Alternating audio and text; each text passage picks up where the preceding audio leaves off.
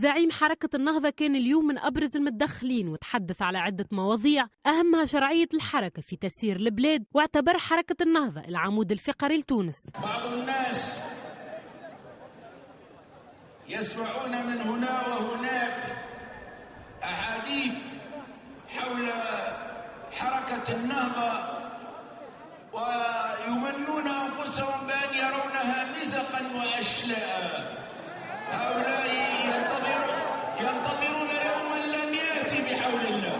نحن لا نقول لهم موتوا بغيظكم، نحن نقول لهم تمزق النهضة ما هوش مصلحة لكم ولا مصلحة للبلاد، لأن النهضة هي العمود الفقري الذي يمسك البلاد.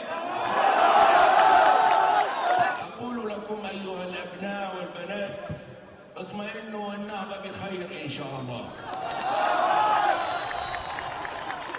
والنهضة لن تسلم الأمانة، لأن الشعب التونسي ائتمن النهضة لتحقيق أهداف ثورته، ولذلك النهضة ما بقي ولاء الشعب لها قائما، لن تفرط في السلطة أبدا حتى ما دامت تتمتع بثقة الشعب التونسي وهو مصدر كل سلطة. ولذلك لا نرى مجالا للخروج عن هذا النهج، عن الشرعية، شرعية الانتخاب، شرعية المجلس وشرعية الحكومة وكل المؤسسات.